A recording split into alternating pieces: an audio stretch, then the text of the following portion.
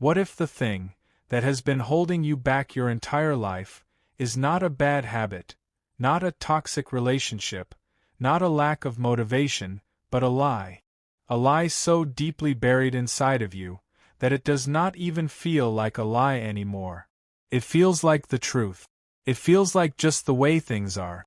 And today, we are going to find it, name it, and destroy it completely.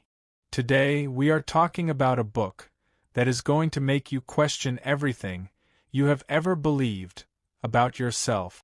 The name of this book is The Lie You Do Not Know You Believe: How to Find It, Fight It, and Live Free, and it is written by the incredible Jennie Allen, New York Times Bestselling Author, founder of If Gathering, and one of the most trusted voices in the world of faith, personal growth, and mental freedom.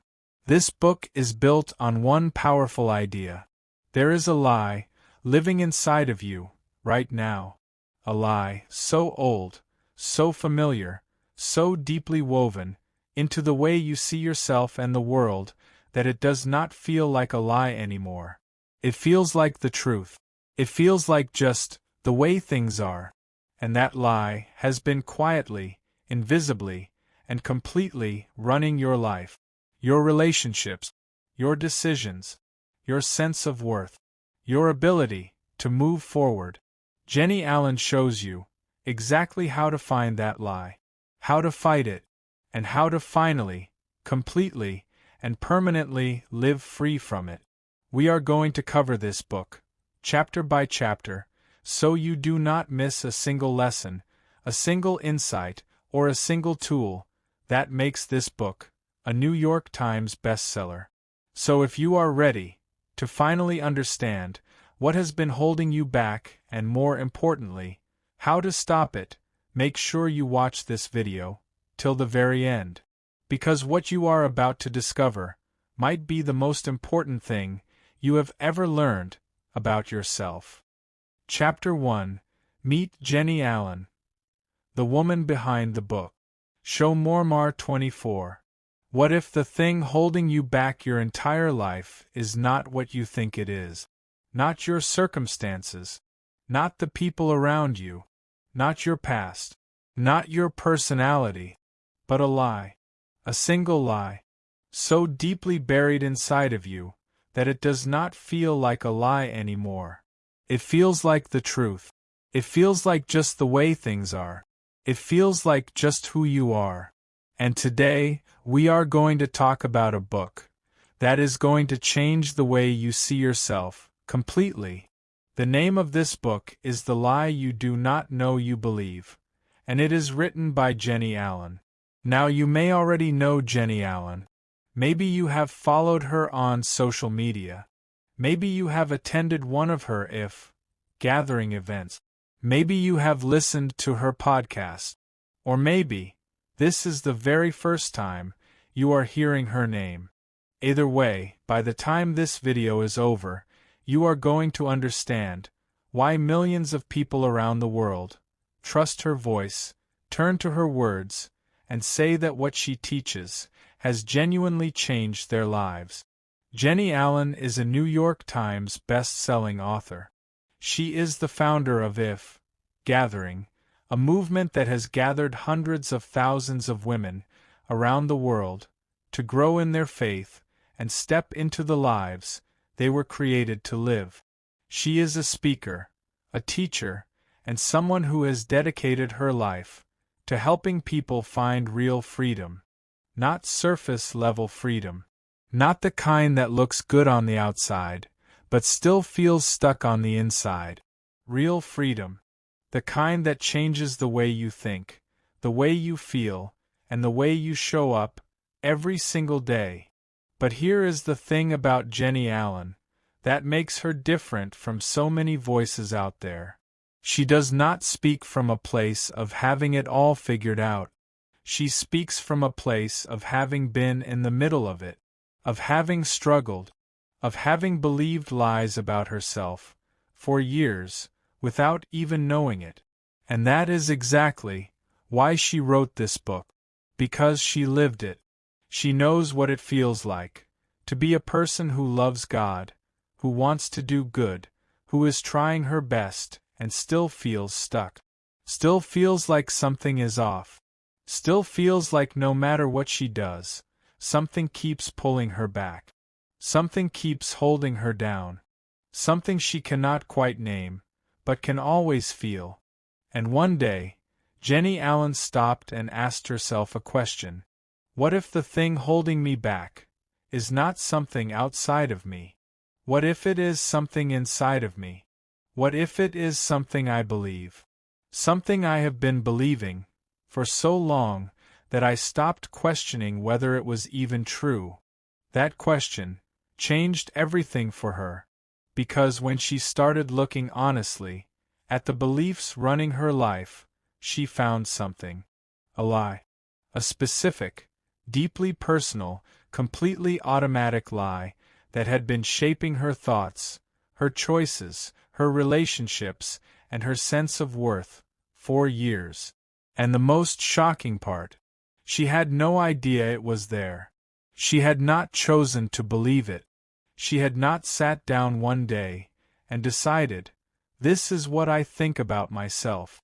It had just settled in, quietly, slowly, through painful experiences, hard seasons, moments of rejection and loss and disappointment, through words that someone said to her once that she never forgot, through a season of her life that left a mark she did not even realize was still there.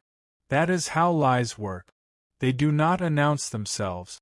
They do not arrive with a label that says, "This is a lie, do not believe this." They arrive quietly.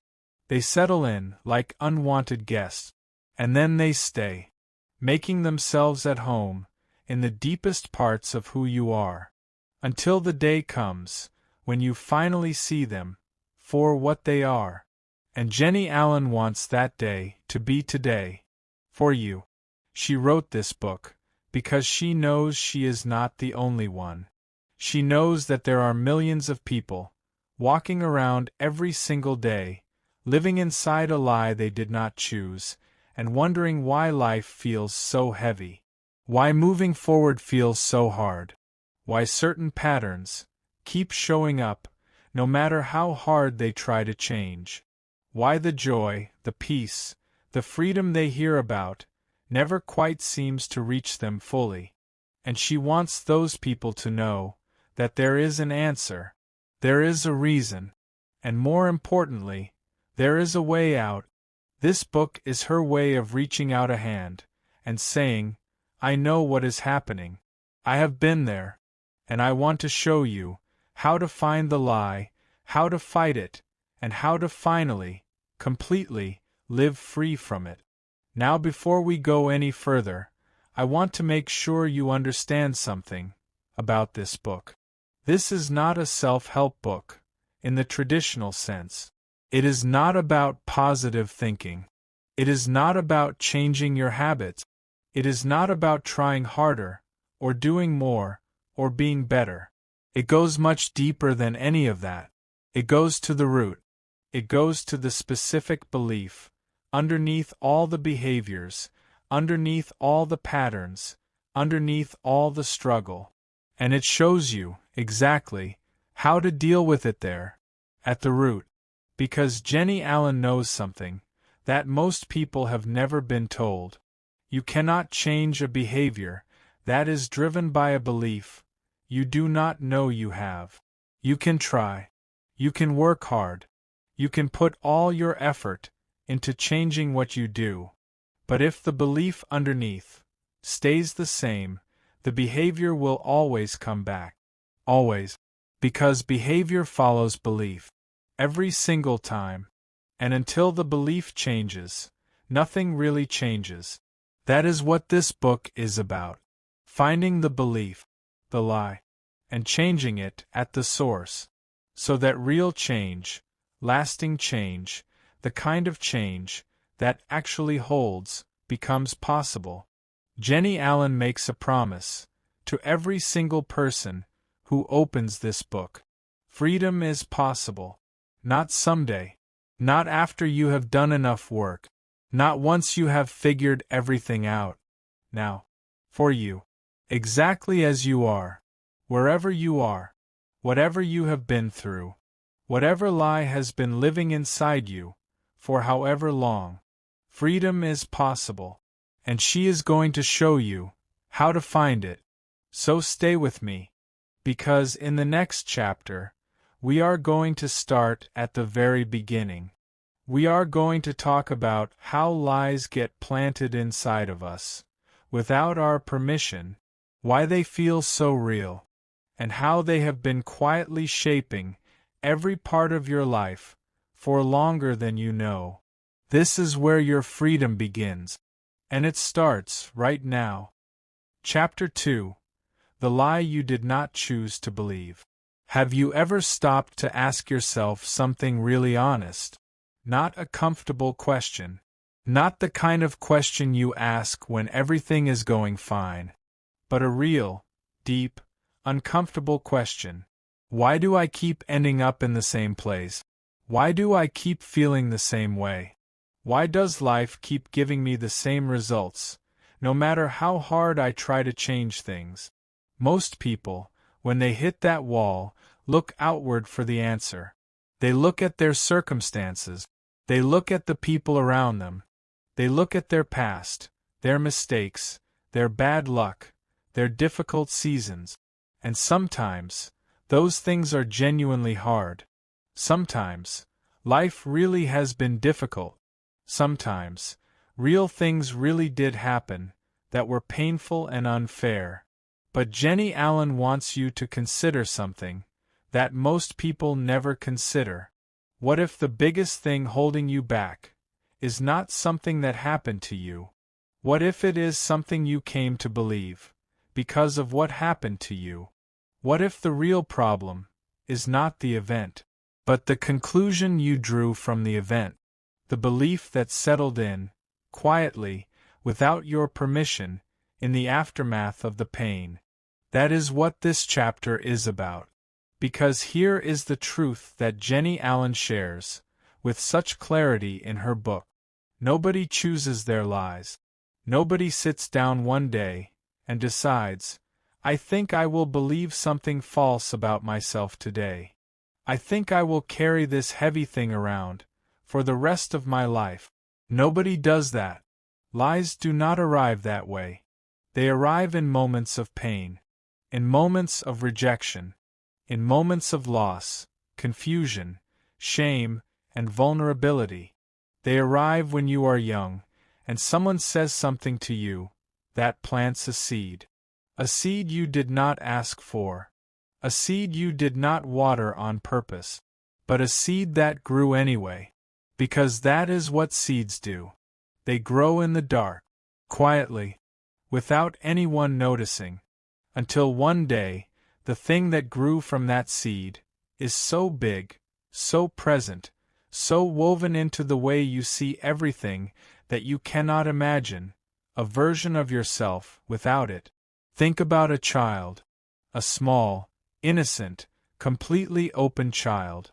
Children believe almost everything they are told, not because they are foolish, because they are trusting, because they have not yet developed the ability to question, to filter, to push back against the things that land on them. When a child is told, through words or actions, that they are not enough, they believe it. When a child grows up in an environment where love is inconsistent, they conclude something. They conclude that love is something you have to earn, that it is not freely given, that you have to work for it, perform for it, be enough for it. And that conclusion, that deeply personal, completely automatic conclusion, becomes a belief, a core belief, one that follows them into every relationship, every opportunity, every moment of their adult life. Not because they chose it, but because pain planted it, and nobody came to pull it out. Jennie Allen talks about this with such honesty in her book.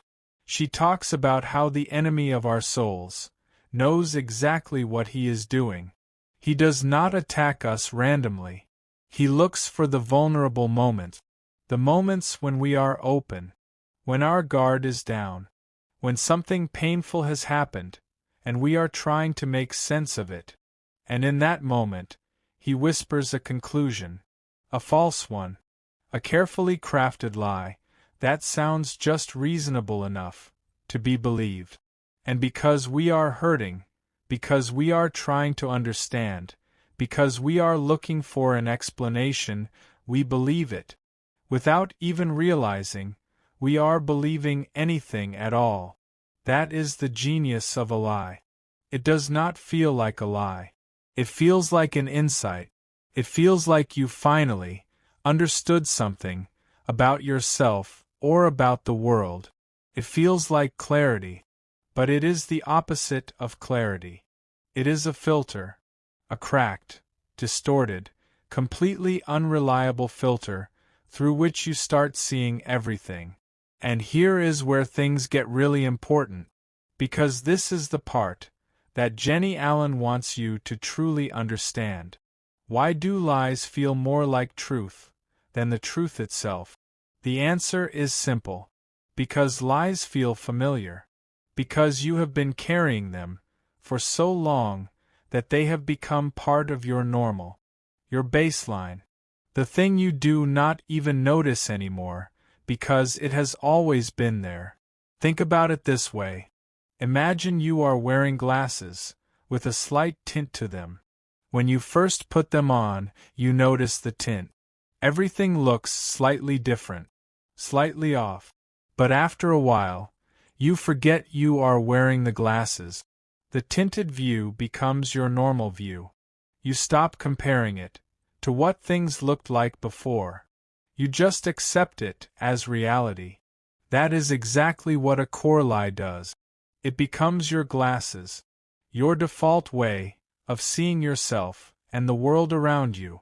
And because it has been your default for so long, the truth, when it arrives, actually feels strange. It feels too good, too generous, too far from what you have always known. And so you push it away, and you return to the lie. Not because you prefer the lie, but because the lie is what feels like home. Jennie Allen also talks about something, in this chapter, that is incredibly important. She talks about the moment the lie took root. And she encourages every reader to go back to that moment, not to live there, not to stay in the past, but to understand it, to see clearly where the belief came from. Because when you know where something came from, you can start to question it. When you can see that the lie was planted in a moment of pain by an enemy who wanted to destroy you, suddenly, it does not feel like the truth anymore. It feels like what it is, a lie. A deliberate, carefully placed, deeply personal lie designed to keep you exactly where you are. Stuck, circling, never quite reaching the freedom that was always meant to be yours. And here is the most important thing that Jennie Allen wants you to take from this chapter. The lie has been running your life, not your circumstances, not other people, not your personality, or your past, or your lack of ability.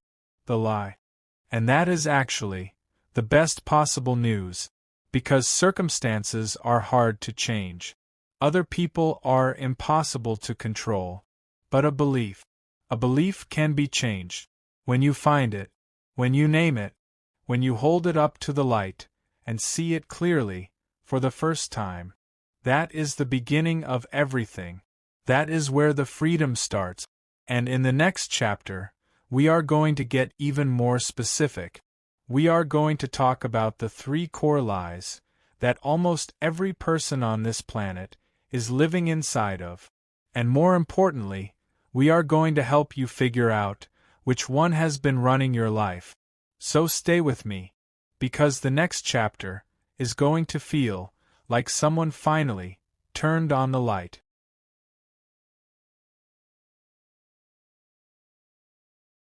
Chapter 3. The 3 Core Lies Everyone Believes. Have you ever looked at someone else's life and thought to yourself, why does this come so easily to them, but feels so impossible for me? Have you ever tried to change something about yourself, worked hard at it, stayed consistent for a while, and then somehow ended up right back where you started? Have you ever felt a kind of sadness, or heaviness, or quiet frustration that you could not fully explain, that just seemed to be part of how life felt for you? If you have, then this chapter is going to explain something that you may never have had words for before. Because Jennie Allen, in her book, identifies something remarkable, something that she discovered after years of studying scripture, counseling people, and doing her own deep inner work. She discovered that the lies people believe are not random. They are not unique to each individual. They are not one of 1,000 different possibilities. They fall into 3 specific categories, 3 core lies, that show up in almost every single person, regardless of their background, their age, their culture, or their story. 3 lies that the enemy has been using since the very beginning. Because they work. Because they hit the deepest, most tender, most fundamental parts of what it means to be human. And today, we are going to look at all 3 of them, one by one. Honestly, because somewhere in these 3 lies is the one that has been running your life. And by the end of this chapter, you are going to know exactly which one it is. The first lie is this: I am helpless. Now when you hear that, you might think, I do not believe that about myself. I am not someone who gives up. I am not someone who sits around waiting for things to happen. But Jennie Allen is not talking about the obvious version of this lie. She is talking about the subtle version. The one that sounds like this: things never really change for me. I have tried before and it did not work. What is the point? I cannot help the way I am. This is just how my life goes. The lie of helplessness is not always loud. It does not always show up as giving up completely.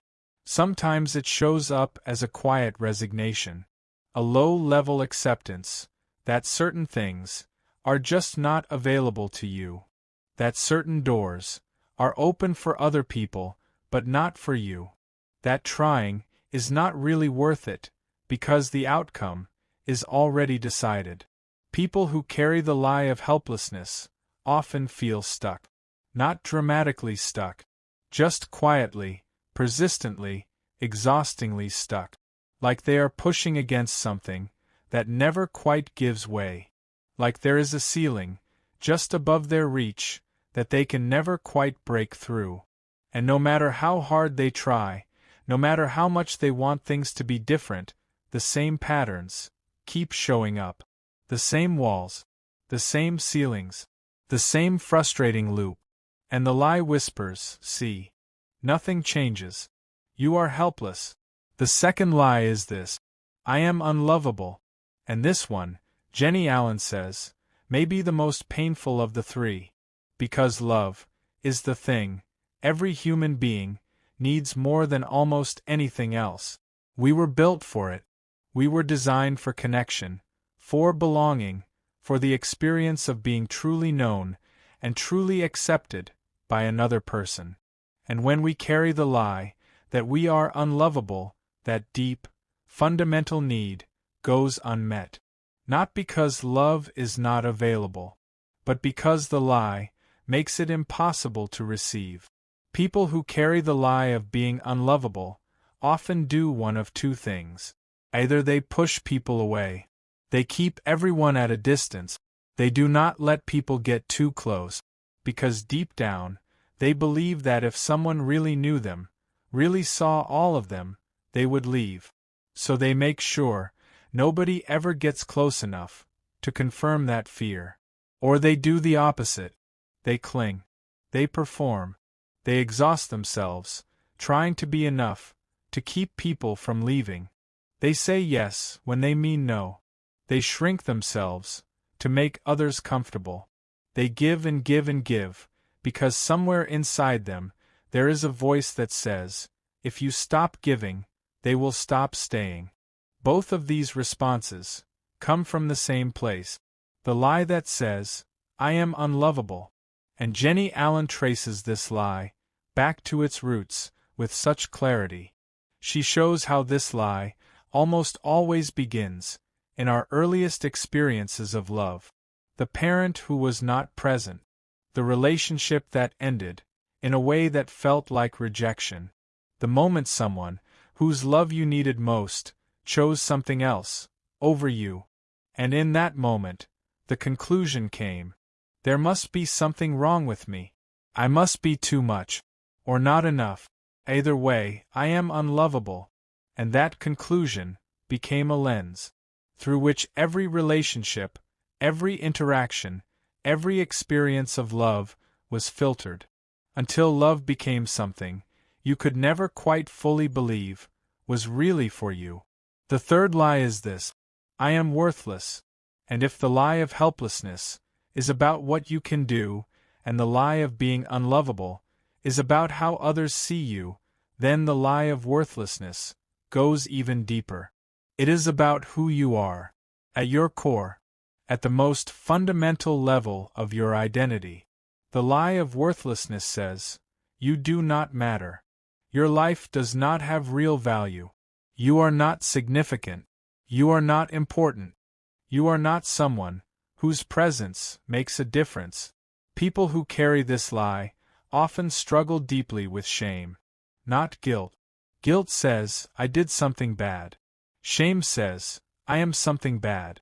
And shame is one of the heaviest things a human being can carry. It colors everything. It makes every mistake feel catastrophic. It makes every failure feel like confirmation. It makes the idea of being seen, being known, being truly present in your own life feel terrifying. Because if people really saw you, they would confirm what the lie has always said: that you are not worth much, that your existence does not add much to the world. Jennie Allen says, this lie, more than any other, keeps people from stepping into the life they were created to live. Because you cannot step boldly into a life you believe you do not deserve. You cannot pursue big things if you believe you are a small person. You cannot receive love, purpose, freedom, or joy fully and completely if underneath everything you believe you are worthless. So now you have heard all three. I am helpless. I am unlovable. I am worthless. And Jennie Allen invites you to sit with a question. Not a question to answer quickly. Not a question to rush past. A real question. Which one of these sounds most like the voice in your head? Not the voice you show the world. The quiet one. The one that shows up when you fail at something. When someone leaves. When you look at your life and feel that familiar heaviness. What does that voice say? Because that voice is pointing you directly toward your lie. And once you know your lie, everything changes. Because you can only fight what you can see. You can only dismantle what you have named. And the moment you name it, the moment you hold it up to the light and say, this is the lie that has been running my life, it loses something. Not all of its power. Not immediately. But some of it. Because lies are most powerful in the dark, in the silence, in the unnamed places where they have never been challenged. And you just turned on the light. So stay with me, because in the next chapter, we are going to go even deeper. We are going to talk about where your specific lie came from, the exact kind of experiences, the exact kind of moments that plant these three lies in real human lives. And understanding that is going to be one of the most freeing things you have ever done for yourself. Because you are going to see, clearly and completely, that the lie was never the truth about you. It was always just a lie. And it is time to start living like it.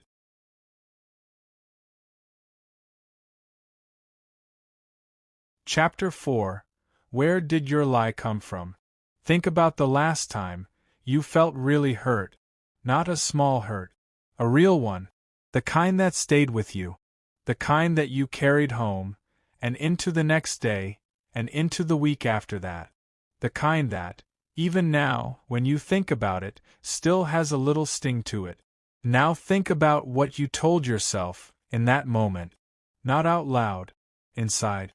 In the quiet space, between the pain and the next breath. What conclusion did you draw? About yourself. About other people. About the way the world works. About whether you were safe. Whether you were enough. Whether you were really loved. That conclusion, whatever it was the moment your lie took root. And Jennie Allen wants you to go back to that moment. Not to live in it. Not to stay there. But to understand it. Because understanding where your lie came from is one of the most powerful things you can ever do for yourself. And that is exactly what this chapter is about. Most people, when they think about the painful moments of their past, do one of two things. They either avoid them completely. They keep those memories at a distance. They do not talk about them. They do not think about them if they can help it. They have built a wall between themselves and those moments, and they work hard, every single day, to keep that wall standing. Or they go to the other extreme. They replay those moments, over and over. They analyze them. They carry them everywhere. They let those moments define them, narrate them, and limit them without ever realizing that what they are really doing is agreeing with the lie that those moments planted. Jennie Allen is asking you to do something different. She is asking you to look at those moments, clearly, honestly, and with new eyes. Not as someone who is defined by what happened, but as someone who is trying to understand what was planted in them because of what happened, and then to question it. Now let us talk about how this actually works, because Jennie Allen is very specific, in her book, about the kinds of experiences that plant core lies in people. And the first, and most powerful, are childhood wounds. Childhood is where most of our core beliefs are formed. Not because childhood is the only time things happen to us, but because in childhood we are the most open, the most trusting, the most willing to accept what the world around us tells us is true. Children do not have the tools yet to filter information. They do not have the life experience to push back and say, wait, that is not right. They simply absorb everything, the love they receive, and the love they do not receive, the words that were spoken over them, and the words that were spoken about them, the moments when someone showed up for them, and the moments when someone did not. Every single one of those experiences sends a message, and children, in their beautiful and heartbreaking openness, receive those messages as truth. Think about a child who grows up in a home where love feels conditional, where approval is given only when they perform well, only when they behave a certain way, only when they meet a certain standard. That child does not grow up thinking, my parents had their own wounds that limited how they showed love. That child grows up thinking, love has to be earned. I have to be enough to deserve it, and if I am not earning it, it must mean I am not enough. That thought, repeated enough times, over enough years, becomes a belief, a core belief, one that follows that child into every relationship, every job, every moment of their adult life. And they never chose it. It was chosen for them. By circumstances they had no control over. Jennie Allen also talks about painful moments that happen later in life. Because lies are not only planted in childhood. They can be planted at any age. In a friendship that ended in betrayal. In a relationship that left you feeling like you were never truly seen. In a failure that felt so public, so total, so defining that you decided something about yourself, in the aftermath. In a loss that left a silence so loud, you had to fill it with some kind of explanation. And the explanation, more often than not, was a lie about yourself, about your worth, about your value, about whether you deserved good things. These moments, Jennie Allen says, are the building material that the enemy uses. And this is where she gets very direct, and very important, because she wants you to understand that this is not accidental. The enemy does not plant lies randomly. He is strategic. He is intentional. And he is patient. He looks for the moments when you are most vulnerable, the moments when you are hurting, when your defenses are down, when you are searching for an explanation for the pain you are in. And in those moments, he offers one, a lie, wrapped in just enough truth to be convincing, delivered at just the right moment to be believed. And because you are hurting, because you are open, because you are trying to make sense of something that genuinely does not make sense, you believe it. Not because you are weak, not because you are foolish, but because you are human. And humans, in pain, reach for explanations. And the enemy knows exactly what explanation to offer. Jennie Allen calls the places where these lies are stored strongholds. A stronghold is not just a thought. It is a thought that has been reinforced so many times, over so many years, that it has become a structure, a part of the architecture of how you think. And just like a physical stronghold, it is hard to knock down. Not impossible, but hard. Because it was built, over a long time, with a lot of material, and it will not come down with one good thought, or one encouraging word, or one positive affirmation. It requires something more intentional than that, something more persistent, something that we will get to in the chapters ahead. But before you can fight a stronghold, you have to find it, and finding it means tracing your lie back to its source. So Jennie Allen invites you to do something that takes real courage. She invites you to go back, to think about the earliest memory you have of feeling the thing your lie tells you. If your lie is "I am helpless," when is the first time you remember feeling completely powerless? If your lie is "I am unlovable," when is the first time you remember feeling truly rejected? If your lie is "I am worthless," when is the first time you remember feeling completely insignificant? Go back to that moment. Sit with it, gently and honestly, not to relive the pain, but to see it clearly, and ask yourself one question. What did I decide about myself in that moment? Because that decision, that quiet, automatic, completely unconscious decision, is the seed of your lie. And when you find it, when you can see it clearly for the first time, something happens. It begins to lose its grip. Because the lie was most powerful when it was invisible, when it was just the air you breathed, just the way things were, just how life felt. But now you can see it. Now you can name it. Now you can look at it and say, "This is not the truth about me.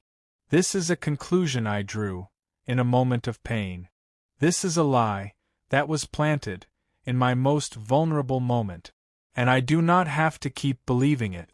That realization is not the end of the journey, but it is the beginning of the most important part, because in the next chapter, we are going to talk about how the enemy uses your lie against you, how he takes the seed that was planted in that painful moment and uses it, over and over again, in your everyday life to keep you exactly where you are, stuck, circling, never quite free, but also never quite understanding why. Stay with me, because what comes next is going to make everything you have been experiencing finally make sense. Chapter 5: How the Enemy Uses Your Lie Against You. Let me ask you something honest. Have you ever decided to change something about yourself? Really decided. Not a casual thought. Not a passing wish. A real decision. You told yourself, this time is different. This time I am going to stop doing that thing. This time I am going to be different. This time it is actually going to work. And for a while, it did work. You felt motivated. You felt different. You felt like this was actually happening.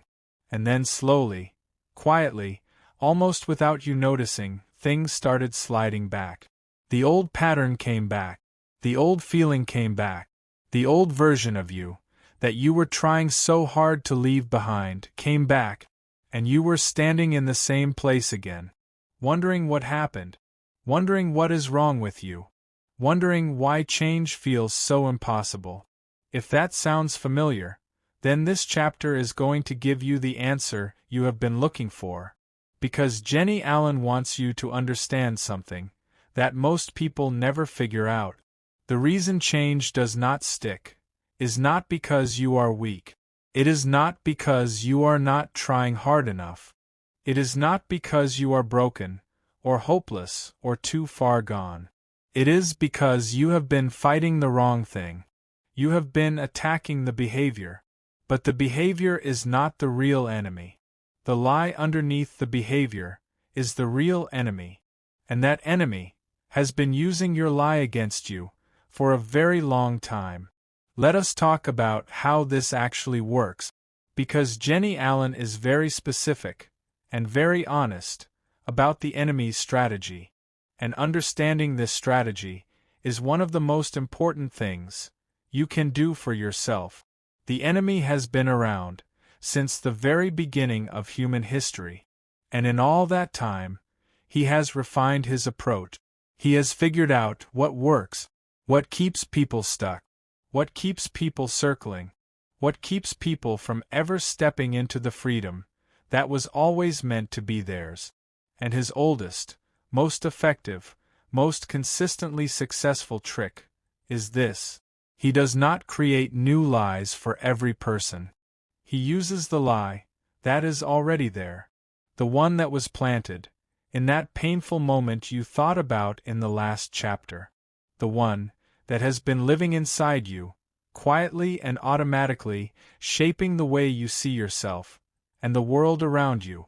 He does not have to work hard. He does not have to be creative. He just has to keep pointing you back to the lie you already believe. And here is how he does it. He uses your everyday experiences as evidence. Every time something goes wrong, he points to the lie. Every time someone disappoints you, he points to the lie. Every time you fail at something, he points to the lie. Every time life feels hard, or unfair, or painful, he is right there, whispering the same thing he has always whispered. This proves it. You are helpless. You are unlovable. You are worthless. And because you already believe the lie, because it is already your default setting, the whisper does not feel like an attack. It feels like a confirmation. It feels like reality is just agreeing with what you already knew. And so the lie gets stronger, more reinforced, more deeply embedded in how you see yourself. Jennie Allen talks about this as a cycle, a specific, predictable, completely intentional cycle that the enemy uses to keep people trapped. It works like this. Something happens, a hard moment, a painful experience, a disappointment, a failure, and in that moment, the lie activates. It sends a message. This happened because of what you are. Because you are helpless, nothing works out for you. Because you are unlovable, people always leave. Because you are worthless, good things do not happen to you. And then, because the lie is now active, because it is loud and present, you respond to it. You behave in a way that is driven by the lie. Maybe you withdraw. Maybe you lash out. Maybe you give up on something you were trying to build. Maybe you settle for something far below what you actually deserve. Maybe you stay in a situation that is hurting you because the lie says, "This is all you are worth." And then, the behavior that the lie produced creates more painful experiences, more moments that the enemy can use as evidence, more confirmations of the lie you already believe. And the cycle goes around, and around, and around, until it feels like just the way life is, until it feels like just who you are, until the idea of things being different feels almost impossible to imagine. That is the enemy's plan. And Jennie Allen says, it is a good one, not because it is right, but because it works on almost everyone, for most of their lives, unless they understand what is happening and decide to do something about it. Now let us talk about something that Jennie Allen addresses with real directness in her book, The Reason Why Behavior Modification Never Works. Because most people, when they realize they have a problem, go straight to behavior. They make a plan. They set goals. They try to stop doing the bad thing and start doing the good thing. And there is nothing wrong with that. Goals are good. Plans are good. Discipline is good. But here is the problem. If the lie is still in place, if the core belief driving the behavior has never been addressed, the behavior will always come back. Because behavior does not drive belief. Belief drives behavior. Always. Every single time. Think about it this way. Imagine a tree. A big tree with deep root. The leaves of that tree are your behaviors. The things you do. The patterns you keep falling into. The habits you cannot seem to break. Now imagine trying to fix the tree by dealing with the leaves. You can pull them off. You can cut them back. You can work really hard on those leaves every single day. But if the roots are still there, if the soil that feeds those roots is still full of the same thing, the leaves will grow back. Every time. Because the roots are still feeding them. The roots, in this picture, are the lie. And no amount of leaf management will ever fix a root problem. The only thing that fixes a root problem is going down to the root, looking at them honestly, understanding where they came from, and dealing with them there, at the source. Jennie Allen has seen this, in her own life, and in the lives of countless people she has worked with. People who tried everything, who worked so hard on changing their behaviors, who made real effort, real progress, and still ended up back in the same place. Not because they did not try hard enough, but because they were trying in the wrong direction. They were managing leaves, while the roots went untouched. And she wants you to understand that this is not a personal failure. This is a strategy problem. The strategy of going after behavior first will never produce lasting change.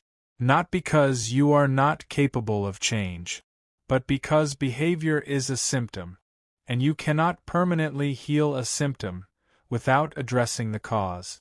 The cause is the lie, and addressing the lie requires something different, something more intentional, something more honest, something that goes all the way down to the root. And that is exactly what the rest of this book is going to show you how to do. Because Jennie Allen does not just diagnose the problem. She shows you the way through it. She shows you, step by step, how to identify the lie, how to fight it with something more powerful than willpower or positive thinking, and how to build a life where the lie no longer has the final word.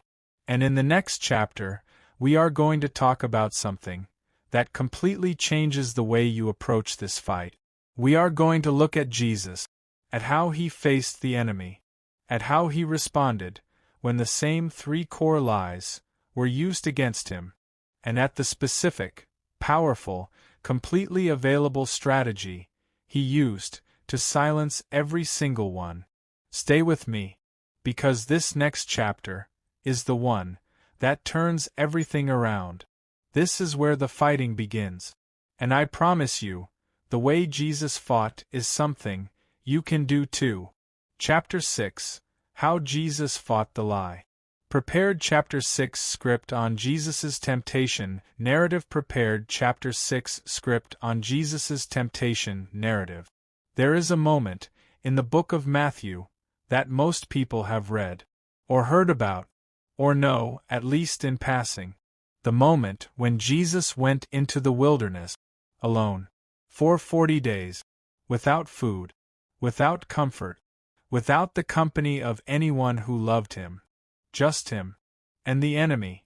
Now most people, when they think about this story, think about it as a test of endurance, a display of spiritual strength, a demonstration of just how different Jesus was from ordinary people. But Jennie Allen reads this story differently, and when she shares her reading of it, in her book, it changes everything, because she does not read this story as something that happened to Jesus, because he was special. She reads it as something that happened to Jesus, because the enemy uses the same strategy on everyone, including him, and what Jesus did in response is not just an example of his divinity. It is a model, a practical, accessible, completely available model for how every single person can fight the lies that come against them. Let us look at it closely, because the details matter enormously. Jesus had just been baptized. The voice of God had just spoken over him, from heaven, saying clearly, for everyone to hear, "This is my Son, whom I love, with him I am well pleased." Those words were not accidental. They were an identity statement, a declaration of who Jesus was, of his worth, of his belovedness, of his significance. And then, almost immediately after, he was led into the wilderness, hungry, tired, alone.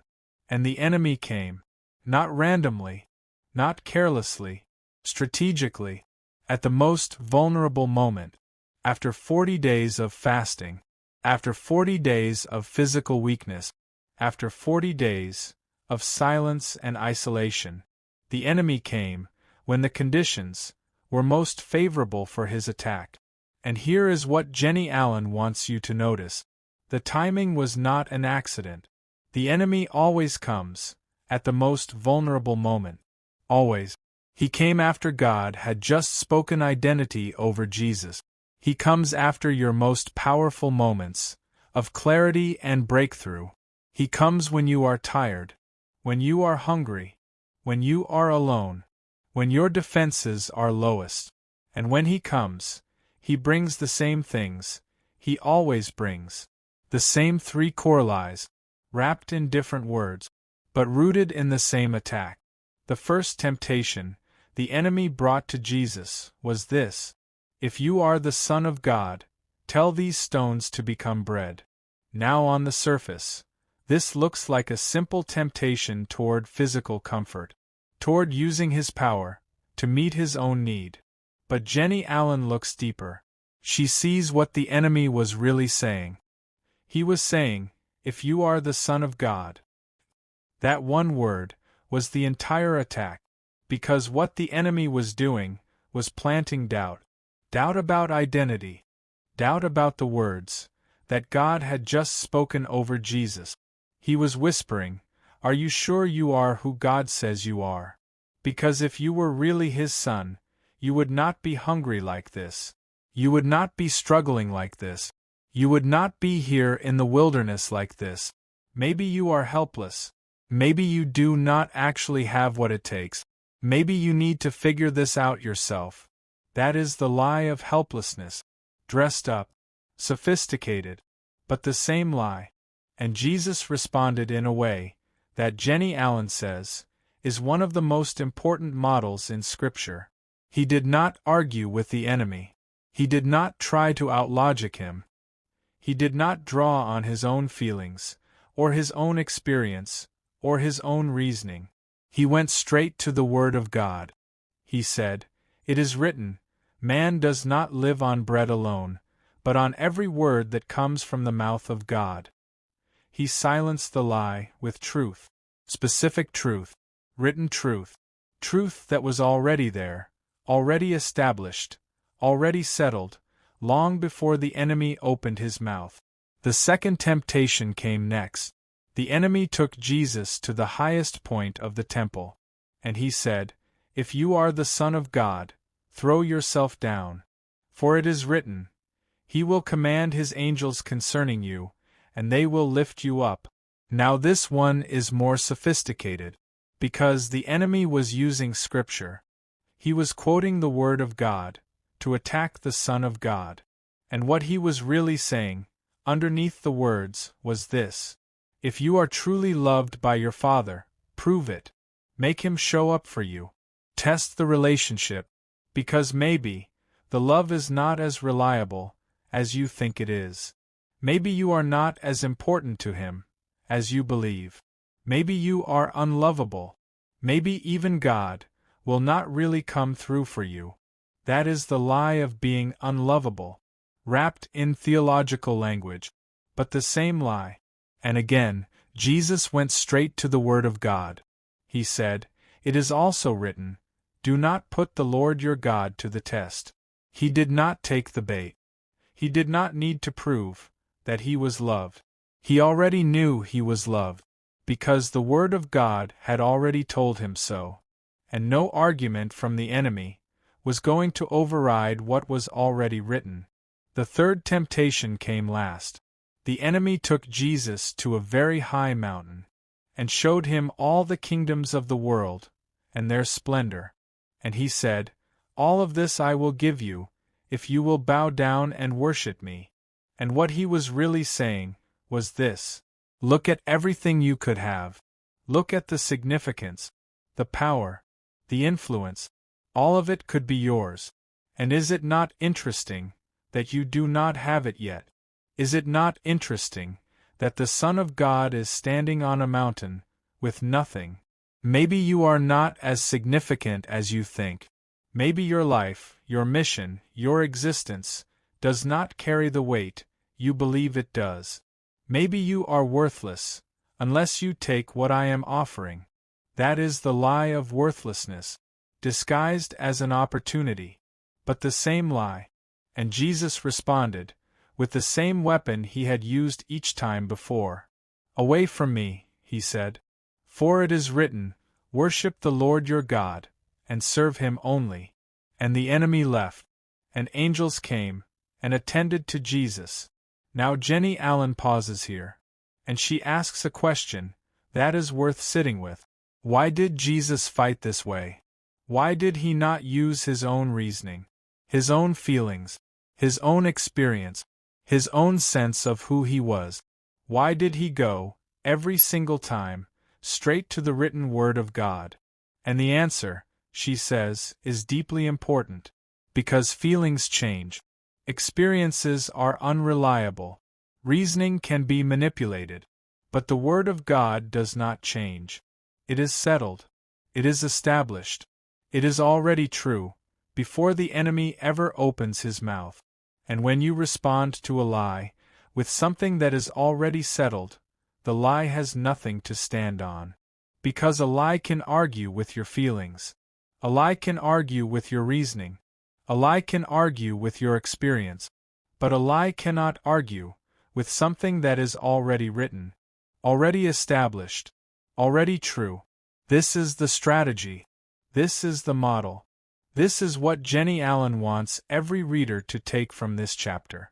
You fight lies, the same way Jesus fought lies.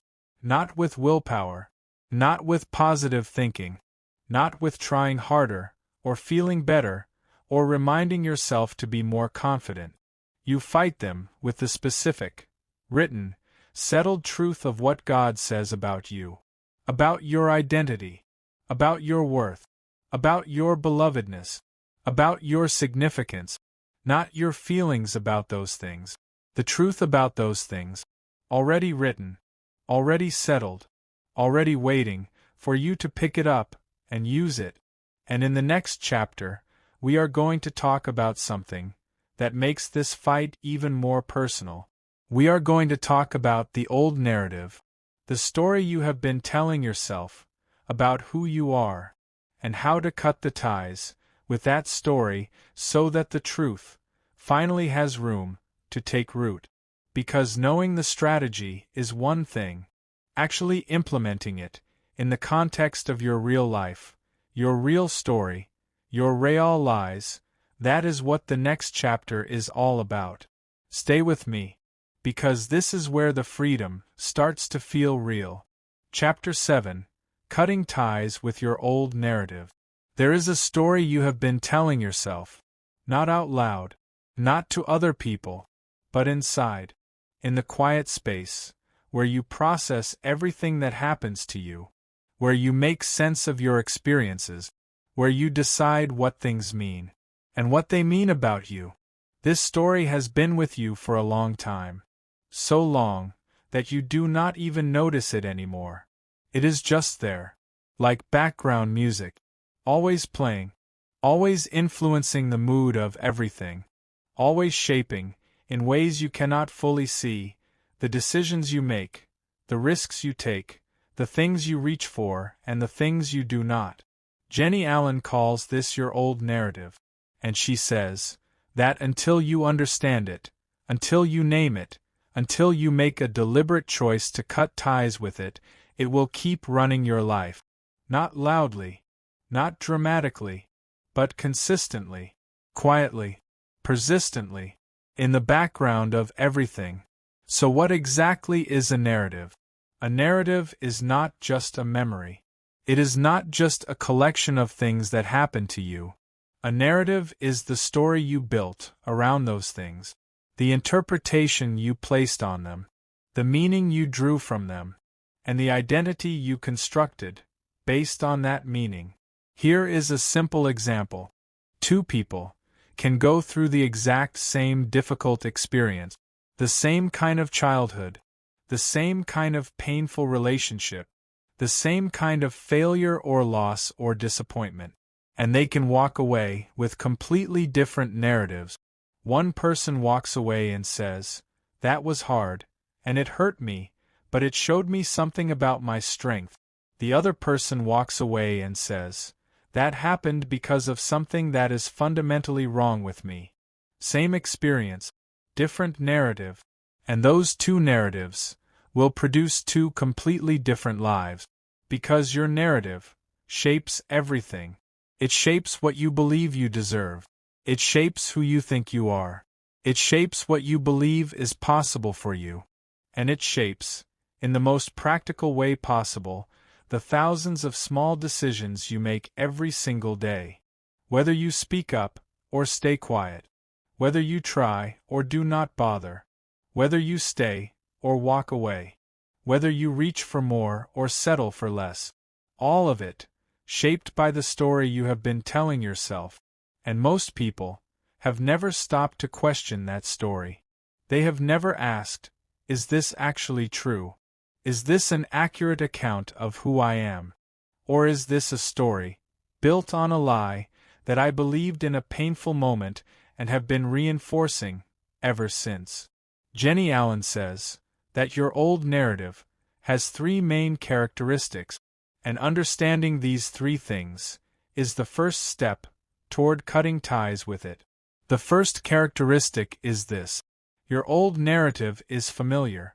It feels like home, not because it is comfortable exactly, but because it is known, and known always feels safer than unknown. Even when the known is painful, even when the known is limiting, even when the known is the very thing that has been holding you back, the brain prefers the familiar. It always has, and your old narrative, no matter how painful it is familiar. You know how it feels. You know what it produces. You know what to expect when you live inside of it. And that predictability feels like safety, even when it is not. The second characteristic is this: your old narrative feels true, not because it is true, but because you have been living inside of it for so long that it has taken on the quality of truth. It has been confirmed by enough experiences, and enough moments, and enough evidence that you have collected through the filter of the lie, that it feels solid. It feels grounded. It feels like something you could defend if anyone challenged it. And that feeling of truth makes it incredibly hard to release. Because letting go of something you believe is true does not feel like freedom. It feels like denial. It feels like pretending. It feels like telling yourself something that your entire life experience seems to contradict. And Jennie Allen acknowledges this. She does not pretend that releasing your old narrative is a simple thing. She does not dress it up as something light or easy. She says it clearly. Letting go of your old story is one of the hardest things you will ever do. But it is also one of the most necessary. The third characteristic is this. Your old narrative is incomplete. Not wrong in every detail. Things happen to you. Real things. Painful things.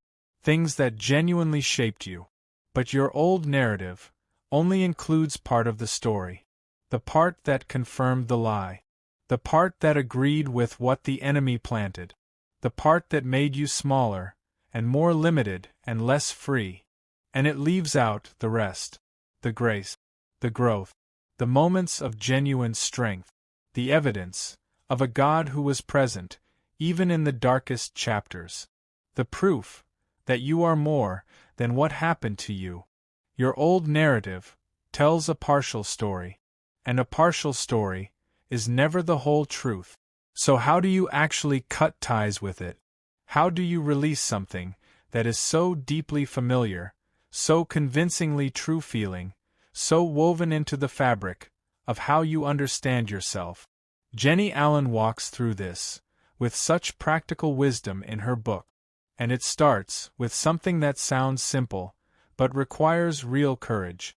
You have to tell the story differently. Not by pretending that the painful things did not happen. Not by rewriting history, or minimizing your wounds, or performing a kind of toxic positivity that says everything was fine when it was not. But by expanding the story. By including what the old narrative left out. By saying, yes, this happened. And yes, it hurt. And yes, it planted a lie inside of me. And I believed that lie for a very long time. And it shaped me in ways I am only now beginning to understand. But that is not the whole story. Because I am still here. Because I kept going, even when going was hard. Because there is evidence of something stronger than the lie working in my life. And because the God who created me does not define me by my worst moments, or my deepest wounds, or the lies I believed in my most vulnerable seasons. He defines me by what He says I am, and what He says I am is completely different from what the old narrative has been telling me. That expansion, that broader telling of a more complete story, is how you begin to cut ties with the old one.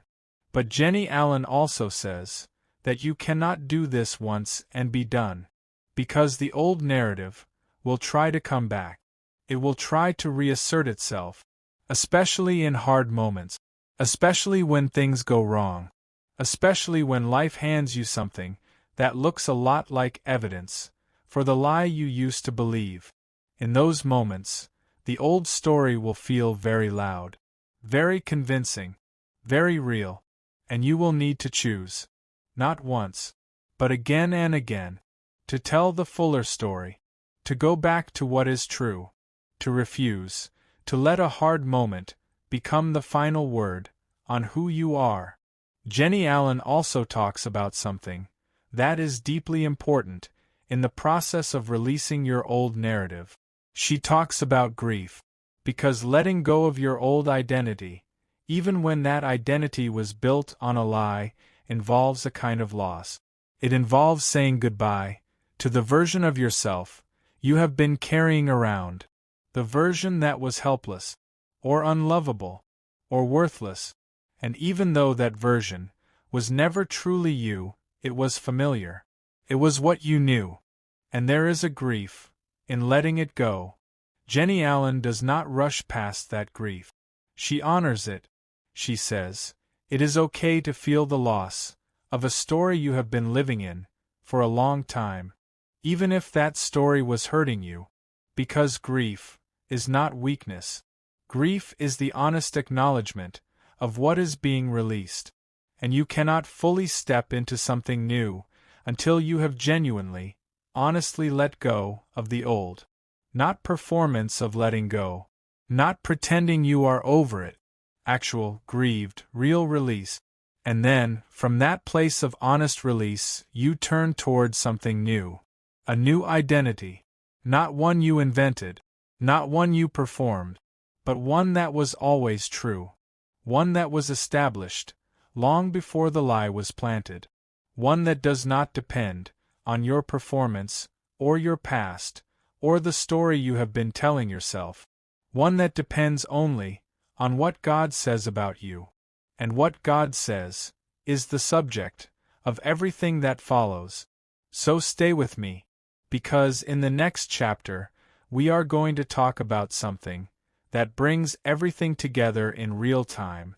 We are going to talk about how to catch a lie in the exact moment it is happening, how to recognize it, name it, and replace it with truth right then in real time, not after the fact, not in a quiet moment of reflection, in the middle of it, when it is loud, when it feels most convincing, when everything in you wants to agree with it. That is where the real practice begins, and that is exactly where we are going next. Chapter 8: Challenging Lies in Real Time. Think about the last time a lie hit you hard. Not a lie someone told you. The lie inside of you. The one that belongs to you specifically. The one that showed up, without warning, in the middle of an ordinary moment.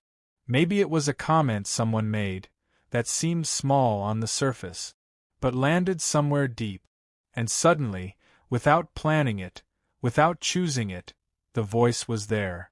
You are not enough. Nobody really cares. You cannot do this. You never could. And before you even realized what was happening, you were already inside it. Already believing it.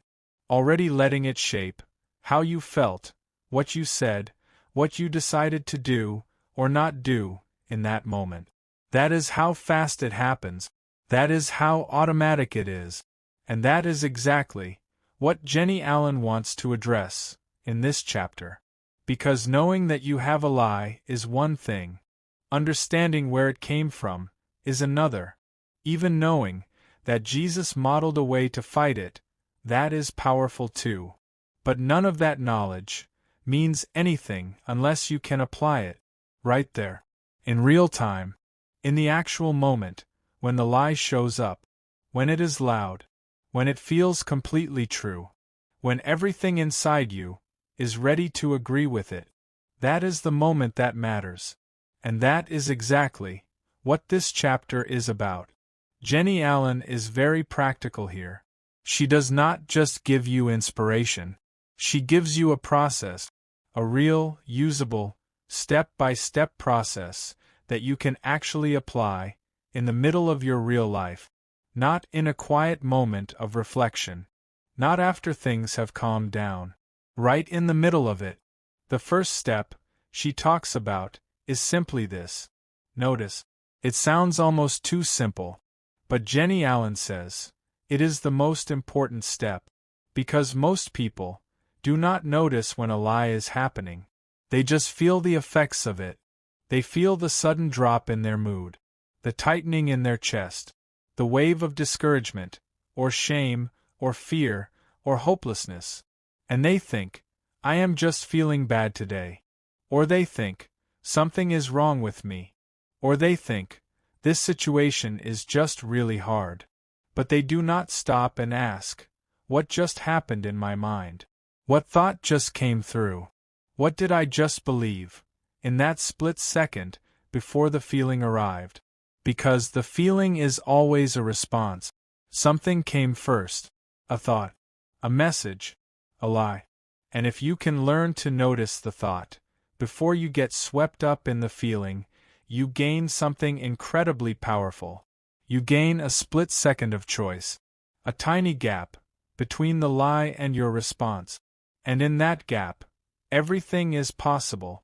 So the first practice that Jennie Allen recommends is learning to pay attention to your thoughts, to the moment your mood shifts, to the internal voice that speaks up in moments of pain or pressure or failure. Not to judge the thoughts, not to be hard on yourself for having them, just to notice, to name what is happening, to say, there it is. That is the lie.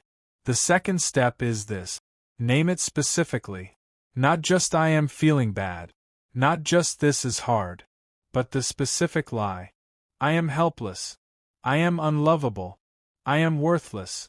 Getting specific matters enormously, because a general feeling is hard to fight, but a named lie can be addressed directly. When you say, out loud or in your mind, I just heard the lie that I am worthless, something shifts. The lie stops being the atmosphere you are breathing, and it becomes an object, something you can look at, something you can hold up to the light, something you can choose to agree with or disagree with. And that choice is where your power lives, because before you named it, you did not feel like you had a choice. It just was. It just felt true. But the moment you name it, the moment you see it clearly, you realize that you are not required to believe it. It is a lie. And you can say so. The third step is this: replace it with truth. Immediately. Specifically. Not with a general positive feeling. Not with a vague sense that things will be okay. But with the specific, written, established truth of what God says about the exact thing the lie is attacking. If the lie says you are helpless, you find the truth that says, I can do all things through Christ who strengthens me. If the lie says you are unlovable, you find the truth that says, I am loved with an everlasting love. If the lie says you are worthless, you find the truth that says, I am fearfully and wonderfully made. Not a feeling, a fact. Already written, already settled, already true, before the lie ever showed up. And you say it, out loud if you can. Because there is something about speaking truth out loud, that Jennie Allen says, is particularly powerful. It takes the truth out of the abstract and makes it physical, real, present. It puts it in the room with the lie. And the lie, which operates best in silence and darkness, does not do well when truth is spoken out loud.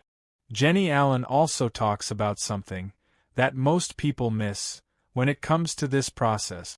She talks about the importance of preparation, because you cannot find a scripture verse in the middle of a moment of crisis if you have never looked for one before. You cannot speak specific truth in real time if you have not spent time learning what truth sounds like. And so, she encourages readers to do something before the hard moment arrives, to sit with the specific lie they carry and to search out, specifically and intentionally, the truths that speak directly to that lie. Not a general collection of nice verses, but targeted, specific, personally meaningful truths that address the exact place where the lie attacks.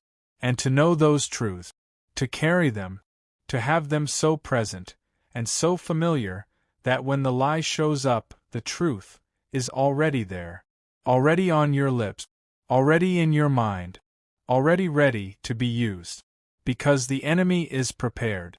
He has been using your specific lie on your specific life for years. He knows exactly where to hit, and you need to be equally prepared, not in a fearful way, but in a deliberate, intentional, I know what is coming and I am ready for it, kind of way. Now let us talk about the most important thing in this entire chapter. The thing that Jennie Allen comes back to, again and again. Fighting lies is not a one-time event. It is a daily practice. And this is the part that most people struggle with, because they want a one-and-done solution. They want to identify the lie, Fight it once and be free forever. And Jennie Allen, with great love and great honesty, says, that is not how this works. The lie was planted, over a long period of time. It was reinforced, over a long period of time. It was built into the architecture of how you think, over a long period of time. And it will not come down, in a single moment of insight. No matter how powerful that insight is, it comes down the same way it was built, over time, through consistent, daily, intentional practice, through the daily choice, to notice the lie, name it, and replace it with truth, over and over, even on the days when it feels tedious, even on the days when the lie feels louder than the truth, even on the days when you thought you had dealt with this already, and then, there it was again. Those days are not failures. Those days are part of the process, because the goal is not to reach a place where the lie never shows up. The goal is to reach a place where you recognize it faster, where the gap between the lie and your response gets shorter, where truth becomes so familiar, so practiced, so present that it rises up almost as quickly as the lie does. That is what a daily practice builds, not immunity, but readiness, not perfection, but consistent, growing, deepening freedom. And that freedom, Jennie Allen says, is not something that happens to you. It is something you build, one real-time moment at a time, one named lie at a time, one spoken truth at a time, every single day. And the beautiful thing is that as you practice, it gets easier. Not easy, but easier. The truth becomes more familiar than the lie. The lie becomes less convincing with every time you refuse to agree with it. And slowly, day by day, one real-time moment at a time, the architecture of the old way of thinking begins to come down. And something new begins to rise in its place. Something true, something solid, something that is going to carry you into a completely different kind of life. And that life is exactly what the next chapter is about. Stay with me, because in the next chapter, we are going to talk about what it actually looks like to live on the other side of the lie. What freedom actually feels like in the real, everyday, completely ordinary moments of your life. How joy and peace and strength become not just things you hear about, but things you actually experience every day as your new normal. And I promise you, it is worth every bit of the work it took to get there. Chapter 9: Building a Life of Freedom. Most people, when they think about freedom, think about a feeling, a moment, a specific, identifiable, emotionally charged moment where something lifts, where the weight is gone, where everything feels different. And they wait for that moment. They work toward that moment. They pray for that moment. And sometimes it comes. And it is real. And it is powerful. And it matters. But then Monday arrives. And the alarm goes off. And the same people are in their life. And the same pressures are present. And the same patterns that they thought they had dealt with start to quietly, subtly, almost imperceptibly show up again. And they wonder, was the freedom real? Or was it just a feeling? Jennie Allen has something very important to say about this. And it is something that most people have never been told about freedom.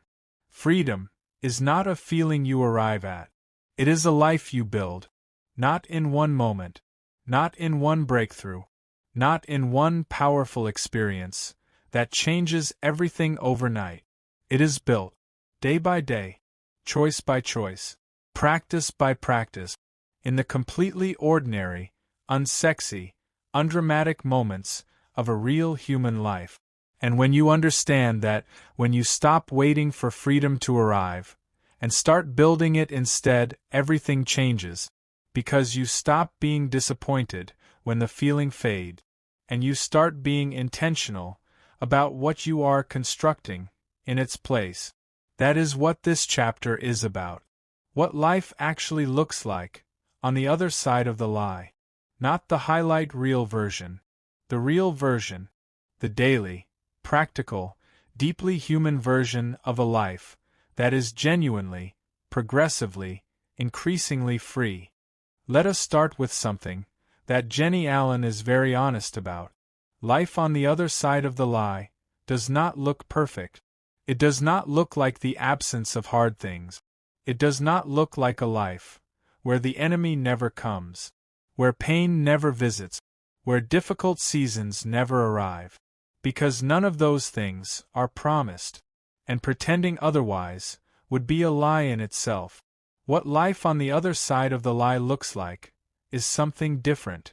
It looks like a person who faces the same hard things but is no longer controlled by them. A person who feels the same emotions but is no longer defined by them. A person who hears the same old lies but is no longer convinced by them. That is the difference. Not a different life on the outside. A different person on the inside. And a different person on the inside, eventually, inevitably, produces a different life on the outside. But it starts inside. Always. Jennie Allen talks about 3 specific things that become your everyday reality when you are building a life of freedom. Not occasional experiences. Not fleeting feelings. Everyday reality. The first is joy. And Jennie Allen is very specific about what she means by joy. Because most people confuse joy with happiness. They think joy is a feeling, a good mood, a positive emotional state. But joy, the kind that Jennie Allen is talking about, is not a feeling. It is a settled confidence, a deep, rooted, completely unshakable knowing that you are held, that you are loved, that regardless of what is happening around you, the most important things are already secure, and that knowing does not depend on circumstances. It does not go away when things get hard. It does not disappear when the day is difficult, because it is not based on the day. It is based on truth, and truth, unlike circumstances, does not change. People who are building a life of freedom begin to experience this kind of joy. Not constantly, not perfectly, but increasingly, as a growing baseline, underneath the normal ups and downs of life. A quiet, steady, increasingly present sense that things are okay, deeply okay, even when they are hard. The second thing that becomes everyday reality is peace. And again, Jennie Allen is specific. Peace is not the absence of conflict. It is not a calm life. It is not the removal of pressure, or uncertainty, or difficulty. Peace, the kind that comes on the other side of the lie, is the ability to be present, fully present, in your own life, without the constant noise of the lie running in the background. Because here is something that most people do not realize about living inside a lie. It is exhausting, not in an obvious way, but in the constant, low-level, never fully restful way of a mind that is always processing, always defending, always managing the effects of a belief that is fundamentally in conflict with reality. When the lie begins to lose its hold, when it stops being the constant background music of your inner world, something quiets down. A noise you had gotten so used to, you had stopped noticing it stop. And in that quiet, peace becomes possible. Not a dramatic peace. Just a simple, ordinary, deeply welcome peace. The ability to sit with yourself without dread. To move through your day without the weight of something unnamed always pressing down. To fall asleep at night without the mental noise of a belief that has been working overtime all day long. That is peace. And it is available on the other side of the lie. The third thing that becomes everyday reality is strength. Not the performance of strength. Not the exhausting, white-knuckled, trying to appear strong, strength that people who are living inside lies often have to manufacture. But real strength, the kind that comes from knowing who you are, from having a settled identity that does not depend on what other people think, how things are going, whether you succeeded or failed, whether someone stayed or left. The kind of strength that carries you forward, not because everything is easy, but because you know, clearly and completely, who you are and whose you are. And that knowledge is the most solid foundation a life can be built on. Now let us talk about something that Jennie Allen says is one of the most underestimated parts of building a life of freedom: community. Because in our culture, we tend to treat faith and personal growth as private matters. We tend to think that the real work happens alone, between you and God, in your quiet moments, in your personal prayer and scripture and reflection. And those things are essential. They really are. But Jennie Allen says that we were not designed to fight alone. We were designed for community, for honest, real, mutually accountable relationships with people who know our lies and love us anyway, who can see when we are slipping back into old patterns and speak truth to us when we cannot find it ourselves, who can remind us of what is true about us when the lie is loud and truth feels far away. This kind of community is not just nice to have. It is part of the design. It is part of how freedom is maintained. Because here is the truth that Jennie Allen speaks to with such clarity. The enemy loves isolation. He loves when people try to fight their battles completely alone. Because alone, the lie has no competition. There is no voice offering a different perspective. No one to say, "Wait, that is the lie talking." No one to sit with you in the hard moment and remind you of what you know to be true. In community, the lie loses one of its greatest advantages: the advantage of being the only voice in the room. And so, Jennie Allen encourages every reader to find their people. Not perfect people, not people who have everything figured out, but real people, honest people, people who are also doing the work, who are also fighting their own lies, who are willing to be known and to know you in the real, unpolished, still in progress version of your lives. She also talks about spiritual authority. And this is something that Jennie Allen says every believer already has. Not something they need to earn. Not something reserved for certain kinds of people. Something that is already theirs, through Christ. The same authority that Jesus exercised when he spoke truth to the enemy in the wilderness is available to every person who walks in relationship with him. The ability to say, "I know the lie. I know who sent it, and I know what is true, and I choose the truth," not in weakness, not in uncertainty, but in the full, settled, completely grounded authority of someone who knows whose they are. And that authority, exercised daily, in the real moments of a real life, is what keeps freedom growing. What keeps the lie from taking back the ground it has lost. What makes the new way of living increasingly natural and the old way increasingly foreign. Jennie Allen also talks about something that is deeply practical.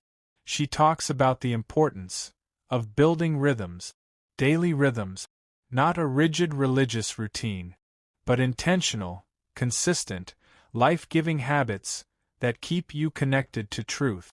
Maybe it is starting your morning by reading the specific truths that address your specific lie. Maybe it is a daily practice of gratitude that reorients your focus away from what the lie says is missing and toward what is genuinely present and good.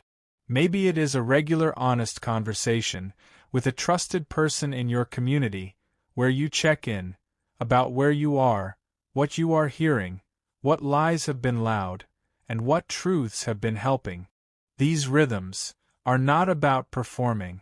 They are about staying connected to truth, to community, to the identity that you are working every day to live from. Because freedom, like anything else that is worth having, requires maintenance. Not because it is fragile, but because the enemy does not stop. And the old patterns do not disappear overnight. And the world around you every day is full of things that will try to pull you back into the old way of seeing yourself. And staying free in that environment requires intentionality. Daily intentionality. But here is the thing that Jennie Allen wants you to hear before we go to the final chapter. That intentionality does not feel like burden when you have tasted real freedom. It feels like stewardship. It feels like taking care of something precious, something you fought for, something you built, something that is genuinely changing your life, and you want to protect it, not out of fear, out of love. Love for yourself, love for the life you are building, love for the person you are becoming, and love for the God who made you for exactly this, who designed you for freedom, who wants it for you even more than you want it for yourself. Stay with me, because we have one chapter left, and it is the most important one of all. It is where Jennie Allen speaks directly to you, with her final message, her final word of hope, her final reminder of why you started this journey, and why everything you have been through, every hard thing, every painful lie, every difficult moment of this process, was worth it, completely worth it. Chapter 10. You were made to live free. We have come a long way together. Think about where this journey started. It started with a question. A simple, quiet, completely uncomfortable question. What if the thing holding you back is not what you think it is? What if it is not your circumstances, not the people around you, not your past, not your personality, not your lack of resources, or talent, or opportunity, but a lie, a single lie, so deeply embedded in the way you see yourself that it stopped feeling like a lie a long time ago, and started feeling like just the truth. And from that question, we went on a journey. We learned how lies get planted, in moments of pain, in seasons of vulnerability, in the aftermath of real experiences that were genuinely hard. We learned about the three core lies: the lie that says you are helpless, the lie that says you are unlovable, the lie that says you are worthless. And we learned to ask, honestly and specifically, which one has been running your life. We looked at where the lie came from, the exact kind of moments, the exact kind of experiences that planted it, without your permission, without your knowledge, in the most vulnerable chapters of your story. We looked at how the enemy uses the lie against you, how he takes something that was planted in pain and turns it into a cycle, a frustrating, persistent, completely exhausting cycle that keeps you circling the same places and wondering why nothing changes. We looked at Jesus, at how he faced the same three lies, at the specific, powerful, completely available strategy he used to silence every one of them, not with feelings, not with willpower, with truth, already written, already settled, already there, waiting to be picked up and used. We talked about the old narrative, the story you have been telling yourself, and the courage it takes to expand that story, to include what the lie always left out, and to grieve the old identity, honestly and completely, so that a new one can take root. We talked about fighting lies in real time, in the actual moments when the lie shows up, when it is loud, when it is convincing, when everything in you wants to agree with it. And we talked about building a life of freedom, not as a destination you arrive at, but as something you construct, day by day, choice by choice, in community, in spiritual authority, in the daily rhythms that keep you connected to truth. And now we are here, at the final chapter, at the place where Jennie Allen stops teaching and starts talking directly to you, as a friend, as someone who has been where you are, as someone who knows, from lived experience, what it costs to stay in the lie, and what it is worth to finally walk free from it. So let us hear what she has to say. Jennie Allen begins her final message with something that is so simple, it almost sounds too small. But it is not small. It is everything. She says, you were made for this. Not made to struggle. Not made to circle.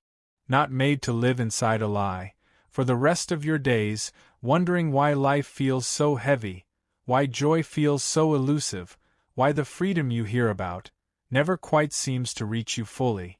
You were made to live free. That is not a motivational phrase. That is a theological statement, a declaration about the purpose for which you were created. You were not created to be enslaved to a lie.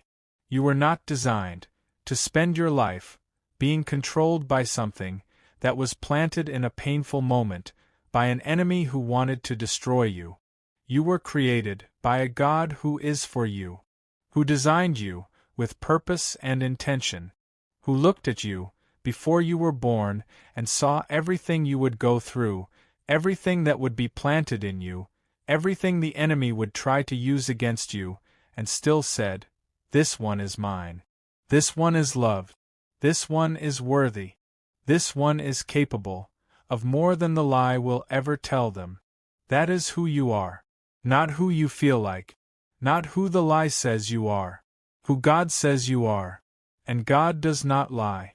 Jennie Allen also wants you to hear something that might be the most important thing in this entire book. Freedom is not just possible for you. It is available. Right now. Not after you have done more work. Not after you have figured everything out. Not after you have read more books, or attended more conferences, or had more breakthrough moments. Right now. In this moment. With the exact amount of understanding you currently have. With the exact amount of faith you currently possess. With the exact amount of strength you currently feel.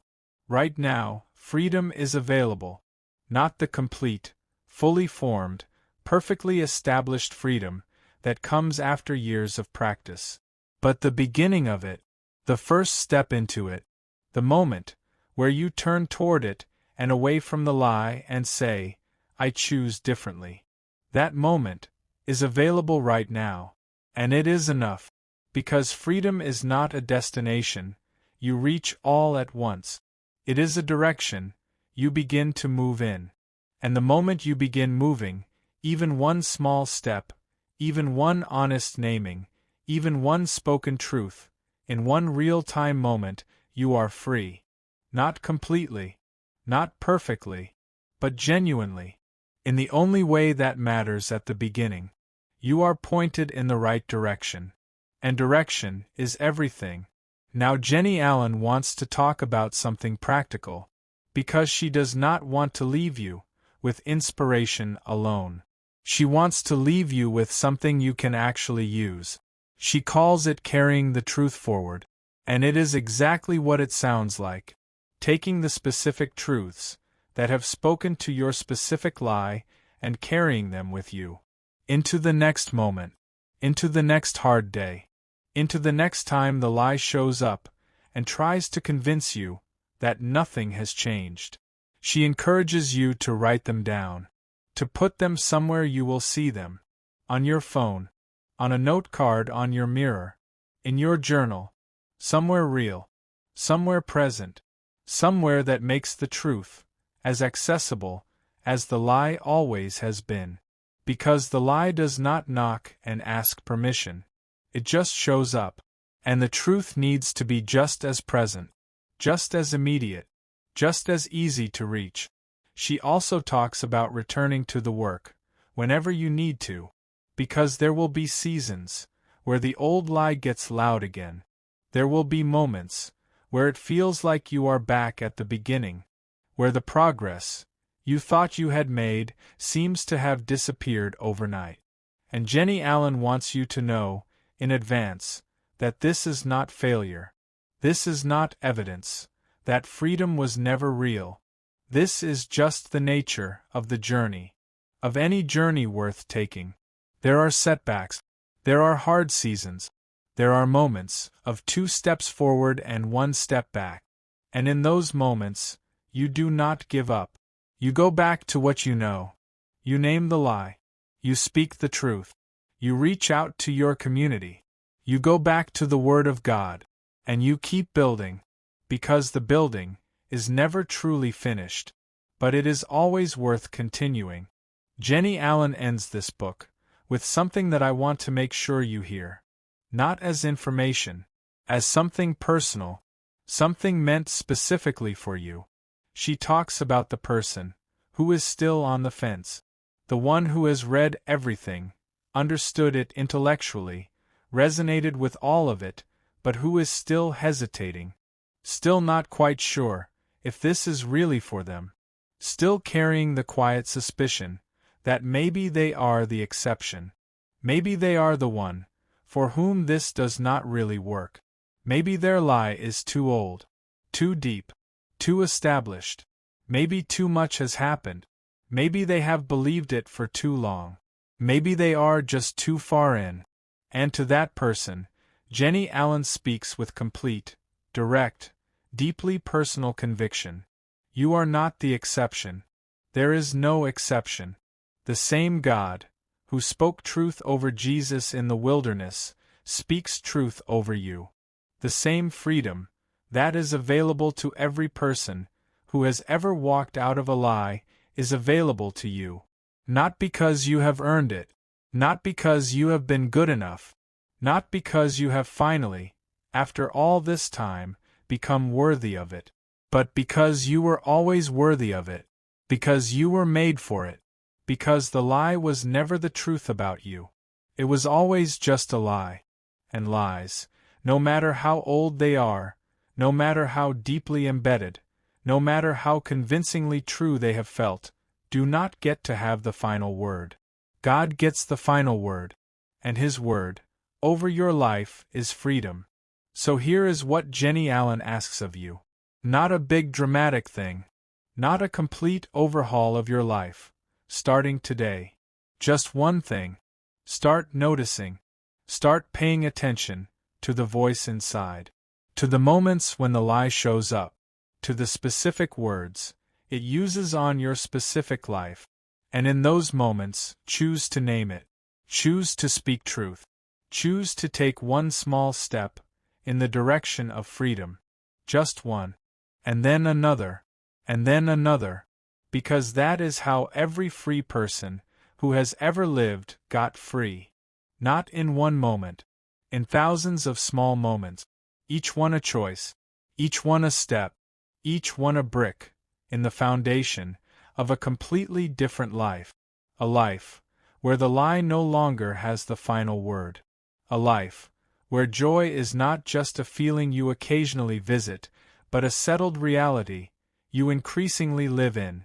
A life where peace is not the absence of hard things, but the presence of a deep knowing that you are held. A life where strength is not something you perform, but something you walk in, because you know, clearly and completely, who you are. That life is not a fantasy. It is not reserved for certain kinds of people.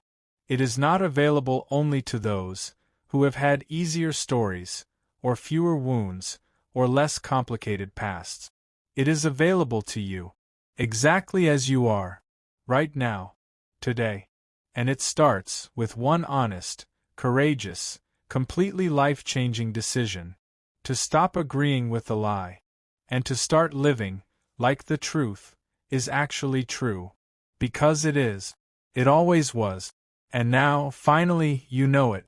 So go live like it. You were made to live free. And free is exactly what you are becoming.